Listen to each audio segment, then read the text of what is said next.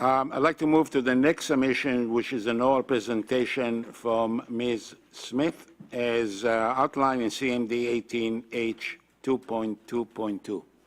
No, 2.22. Good morning. Kendra Smith for the record. Thank you for the opportunity to speak at this hearing. I strongly agree with other interveners who are recommending an extension of the current license with all conditions and compliance verification criteria intact. The CNSC has an immense responsibility of regulating the use of nuclear energy and materials to protect health, safety, security, and environment. The millions of people who live in the Ottawa River watershed rely on you for these protections. In fact, our lives and the aquatic life of the river are at stake. And should there be a radioactive leak, it is the taxpayers of Canada who bear the liability, not CNSC, not Canadian Nuclear Laboratories, and not the for-profit Canadian National Energy Alliance. I've got numerous concerns about the amended and unprecedented 10-year licensing. The near-surface disposal facility and development of small modular reactors are beyond the scope of this hearing, and yet are included in the CNL 10-year plan. It seems like there's an urgency to spend the $1.2 billion awarded. I question whose interest is this serving, and begs the question, did CNSC and CNL collaborate to prepare this license to expedite this 10-year plan? One can easily suspect that the near-surface disposal facility and the small modular reactors will get rubber stamp approval of their applications despite public hearings. Another concern I have are the proposed massive changes to the license, including the removal of several hundred verification criteria. Many people expressed the concern in their submissions last December, to which CNSC staff responded on January 17th. However, this radical move toward deregulation remains, and other presenters will address this in the course of the hearing. Some people think that there can be merit in the GoCo model. However, it's been a spectacular failure in the UK, as anyone who does a Google search on cellified GoCo will quickly ascertain. Whether or not the model will be successful in Canada remains to be seen. But certainly, there's a perception that government is too closely aligned with the interests of industry at the expense of health and safety of the public. There's also the problem in the case of the current contractor, that 2 consortium members have been associated with criminal charges and criminal convictions for such things as fraud and bribery. Consortium member SNC Lavalin is barred from bidding on contracts funded by the World Bank for 10 years. And there remain fraud, bribery, and corruption charges that the company is facing this year in Canada. Sask Power's experience with SNC Lavalin, the Boundary Dam Power Station, particularly concerns me, as it might relate to the functioning of Chalk River. SNC Lavalin was contracted to engineer, procure, and build the facility. Sask Power internal documents revealed that there were, quote, serious design issues resulting in regular breakdowns and maintenance problems. They didn't have the, quote, will or the ability to fix some of these fundamental flaws. In addition to lost sales, Sask Power had to pay Cenovus Energy $12 million. These activities, lack of ethics, and moral compass make it very difficult for the public to trust the current contractor in the GoCo model, and certainly make it seem unwise to extend carte blanche, a license for 10 years, as your staff is encouraging you to do. I would now like to draw Commissioner's attention to the environmental assessment report attached to staff CMD 18-H2. This report is an important first step towards the public discussion of environmental remediation priorities at CNL. It contains information on locations where the 2,400 microgray per day radiation dose limit for impacts on terrestrial biota is exceeded. The highest reported exceedance is 44 times the limit along the liquid dispersal area NRX pipeline. Radiation levels in Waste Management Area A, where the damaged core of the NRX reactor from the 1952 meltdown is buried, are 28 times the limit. Radiation levels in Reactor Pit 2, the chemical pit and the laundry pit, are 18, 10, and 4 times the limit, respectively. In Waste Management Area F, where Port Hope waste soil was dumped in the 1980s, a woodchuck would receive a dose 3 times the limit due to radon inhalation in his burrow. Radiation doses to alders growing on the Ottawa River shoreline near the groundwater discharge areas for the NRU plume also exceed the limit. The environmental assessment report is based on an environmental risk assessment for CRL. According to CMD 18-H2, the environmental risk assessment is used to, quote, identify potential adverse environmental effects, quote, and for, quote, predicting the magnitude, probability, and significance of the identified effects on both ecological and human components of the environment. The environmental risk assessment is important for assessing the environmental impacts, positive and negative, of cleanup activities at CRL. The CNSC has a policy described in Reg Doc 2.9.1 of conducting environmental assessments under the Nuclear Safety and Control Act. According to this policy at license application, CNSC staff consider all future phases of the life cycle of a nuclear facility. During the 10-year license term proposed by CNSC staff, CNL intends to carry out many new activities at the Chalk River Laboratories site. And these may include bringing high-level waste fuel rods and other waste from federal nuclear sites such as White Shell to Chalk River, decommissioning the NRU reactor, constructing and operating small modular reactors, constructing and operating the so-called near-surface disposal facility, constructing and operating waste processing and packaging facilities, remediating certain contaminated sites, including retrieving buried waste and contaminated soil and vegetation, abandoning nuclear and non-nuclear substances at other contaminated sites, and dismantling liquid radioactive waste storage tanks for storage or disposal. The Environmental Risk Assessment Report appended to CMD 18-H2 largely ignores these activities, most of which are part of the, quote, future phase of the so-called life cycle of the CRL facility. I understand this to mean that there is no overall comprehensive integrated approach to assessing the environmental effects of decommissioning and waste management activities at CRL. And I think that's unacceptable. It calls into question the ability of the CNSC to do environmental assessments and to include consultations with Indigenous peoples and engagement with the public. In closing, I believe that a 10-year license is not appropriate, that the new proposed license should be more stringent, not less stringent than the current license, and that CNSC should proceed cautiously until it's determined whether the GOCO model will work in Canada or be an abject failure as in the UK. Thank you. Thank you. Questions? Dr. Solomon? I understand that SMR is not part of the license, but it is CNL vision for the future. Would you please address the concern about the development and testing of 7 new experimental SMR?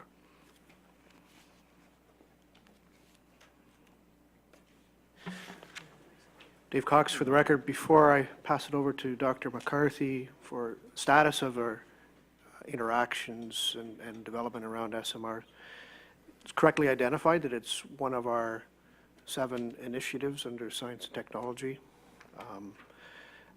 We did issue an expression of interest publicly and engaged very openly on dialogue around SMRs.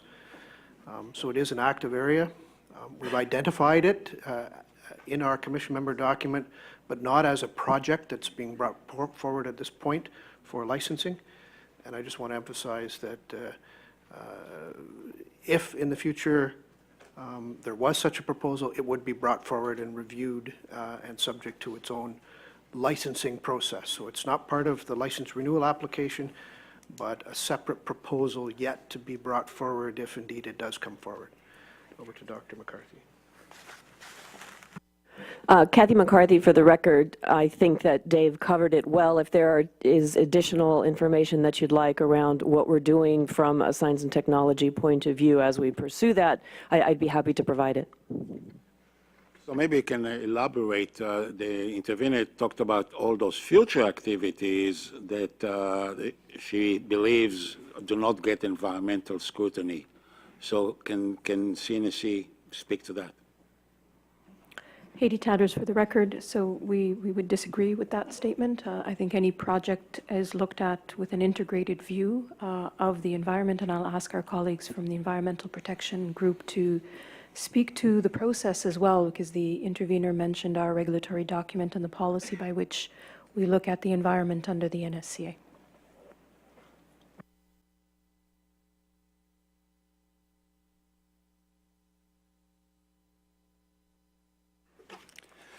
Mike Rinker for the record. I'm the Director General for the Directorate of Environmental and Radiation Protection. I will ask our colleagues in Ottawa and the Environmental Assessment Group to talk more specifically about environmental assessments that are done under our own Act. But certainly any project that would come forward over a 10-year term, should it be on the prescribed list of projects, would be conducted under the Canadian Environmental Assessment legislation prior to a licensing decision. So, there's 3 projects going on that are CNL projects dealing with waste as current examples. And we do look under our own legislation, should a project not be on the prescribed list to be conducted under Canadian environmental assessment legislation, they would be looked at under our own legislation. And we do look at the life cycle of the project from initiation through to decommissioning. So I'll ask our colleagues to follow through on that. Ottawa? Anybody? Yes, Dr. Carolyn Ducro. I'm the Director of the Environmental Assessment Division for the record. Yes, so just looking at the EA under the NSCA, in the context, it's written in accordance with Reg Doc 2.9.1, as the intervener mentioned, and it very much follows the fact that we have an environmental protection framework that is applicable to CNSC as a life cycle regulator, which means we have continuous oversight and compliance verification throughout the whole process. The EA report that is appended to the CMD takes into consideration several documents. Some of it does relate to past performance, but not all. So it includes the site-wide environmental risk assessment, which is a risk assessment that has to be updated every 5 years and takes into consideration any proposed activities on a site if there are new activities being proposed. So there is a predictive element to it. It also takes into consideration the activities that are within this next 10-year licensing basis because, as was noted by Mr. Leclerc in the opening address, no changes to authorized activities are requested in this licensing hearing. Another aspect of the environmental assessment report is the annual environmental monitoring reports, licensees' environmental protection programs, the results of previous environmental assessment studies, which include predictive elements, regional monitoring initiatives that are currently taking place, so new data that we have gathered from regional studies from other governing bodies, compliance verification activities, including inspections, audit reviews that are conducted at the CRL site, and the findings of the CNSC's Independent Environmental Monitoring Program. A key element in terms of the predictability or the predictions for the life cycle of the facility is how we use the preliminary decommissioning plan in an environmental assessment report. So the EA report includes a high-level qualitative assessment of the proposed preliminary decommissioning plan. And through the analysis of the PDP, or the preliminary decommissioning plan, staff can provide a high-level assessment of how the project and the environment interactions will change over time. However, having said that, every time there's a license amendment or a license renewal, if it isn't a Canadian Environmental Assessment Act, EA, there will be an update of the EA report. So it is really a life cycle approach with the ability to change and adapt if we see through our inspections or any other monitoring results that there is a need to apply adaptive management. Thank you. Questions? Dr. McEwen? So I just want to go back to your comment in your second paragraph, the proposed license is less stringent. We've had two very long discussions, one this morning and one last night, around the way in which the license is now being constructed to provide greater clarity. Were those conversations helpful? Do you feel that they've provided you with some sense that, in fact, the regulatory regime has not changed and that the inspection framework remains robust?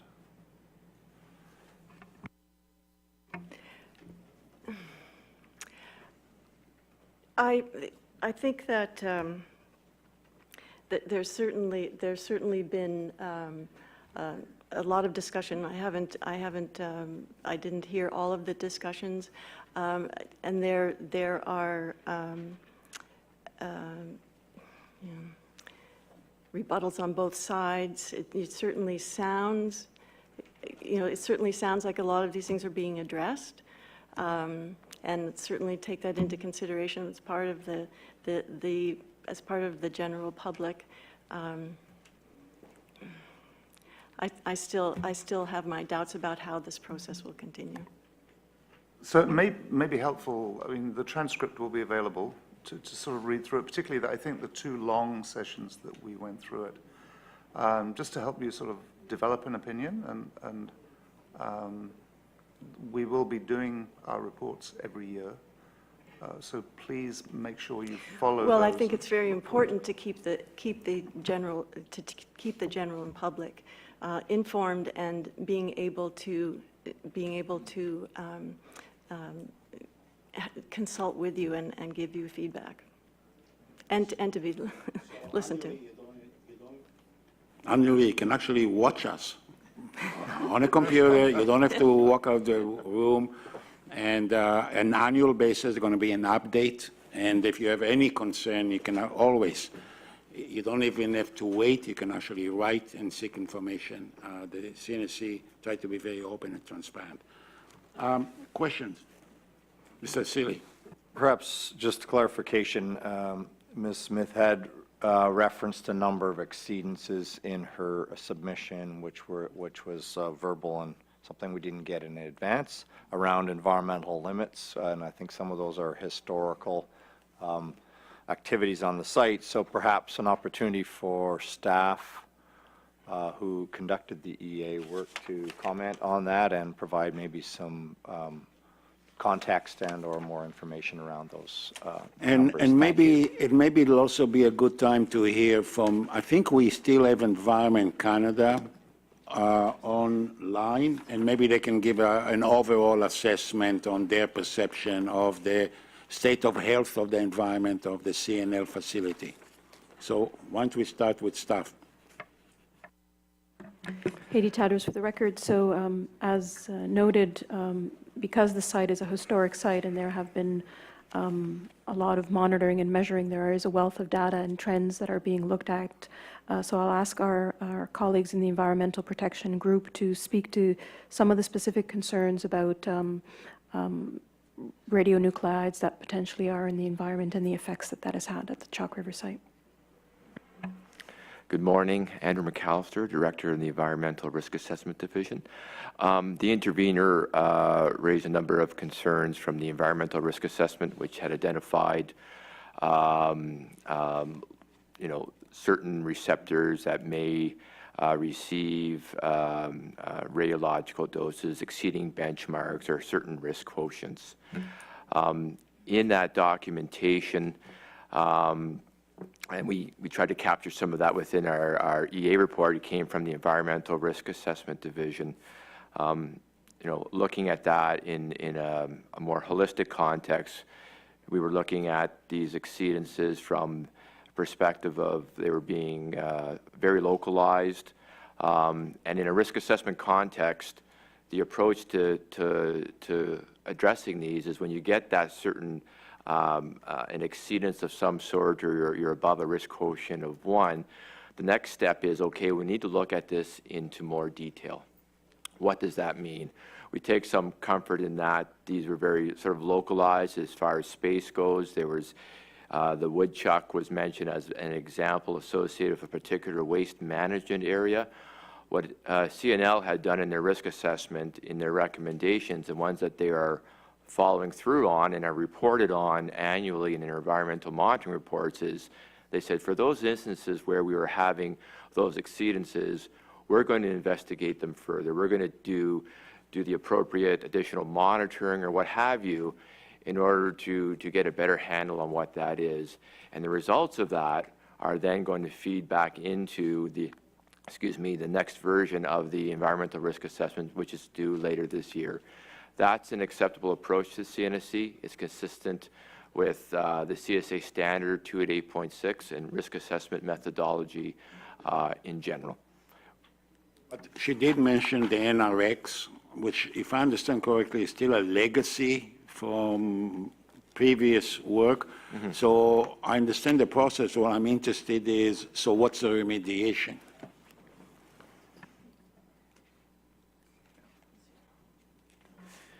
David Cox, for the record, before I turn it over to George Dolliner for additional details, to give the proper context. First of all, NRX, yes, is part of legacy remediation that we recognize. CNL has an extremely well-characterized evaluation of our environment. We do a lot of sampling and monitoring, and so some of the localized concentrations that are noted are very well understood and characterized and form the basis for a very comprehensive environmental risk assessment, which is the evaluation under discussion. So it's comprehensive and it's based on extremely well-characterized data. And I'll turn it over to George to provide additional comment on some of the details around the issues that were noted. George Dolliner, for the record, Director of Radiation Protection, Environmental Protection and Dosimetry, CNL. So I just want to make a couple of points regarding our environmental risk assessment. So we have a current and up-to-date environmental risk assessment, which notes several of the items that were mentioned by the intervener. So these are available to the public. We post a summary of the ERA on our website. We also make the entire contents of the ERA available through our Environmental Stewardship Council, and we've done that in the past. We also make it available upon request. So this is not something that is not known by us or by the public. I'll mention a couple of things with respect to the recommendations.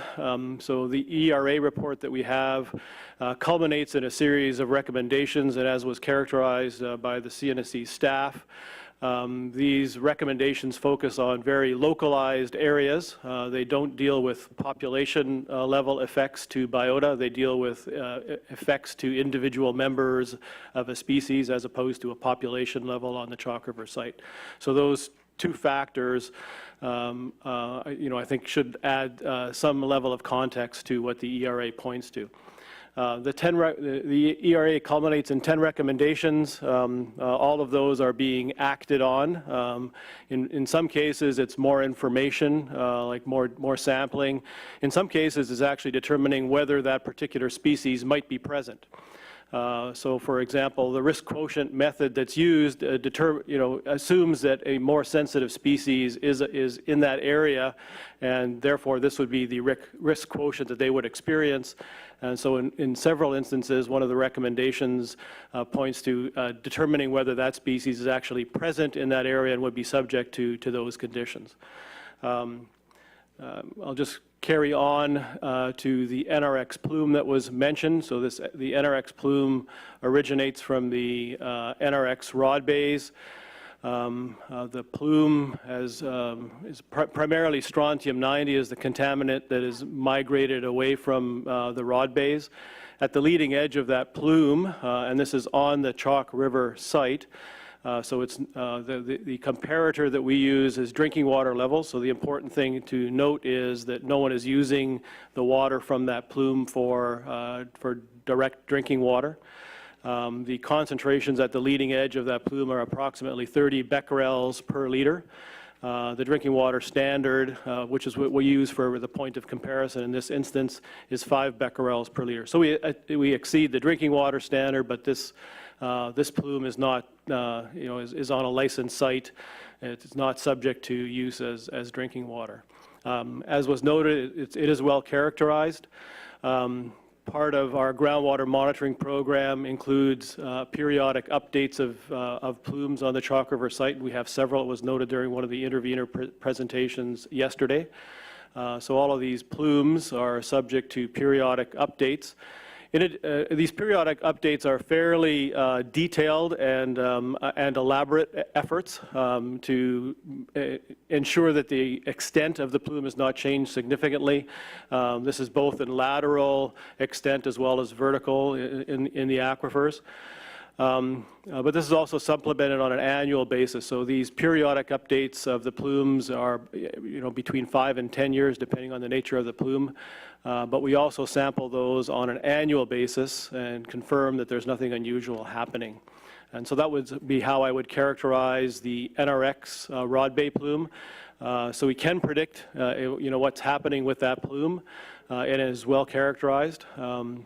The information from that is fed over to the Waste Management Organization, which includes an environmental remediation group, which assesses the risks associated with these different areas on the Chalk River sites and determines an appropriate path forward for them. And I believe yesterday Kurt Keeler mentioned a little bit about that process.